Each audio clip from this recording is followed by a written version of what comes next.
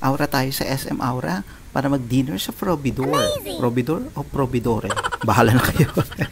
Pagpasok pa lang, makikita nyo na ang kanilang bakery. Ayan ang mga pastries, cakes nila. Marami silang mga tinapay.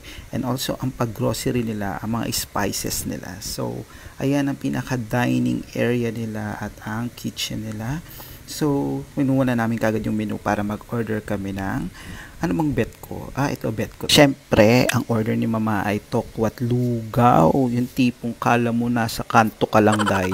Siyempre, sa akin naman ay fries at ang clubhouse na may bacon. Siyempre, lugaw ka, girl. Siyempre, tikman natin yung lugaw at ang fries nila.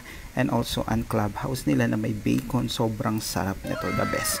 Tsaka yung lugaw nila, the best. Unang kagat pa lang, 'di ba? Nagkalat ang bakla. Ayan, sobrang sarap. Kain na kayo dito. Enjoy.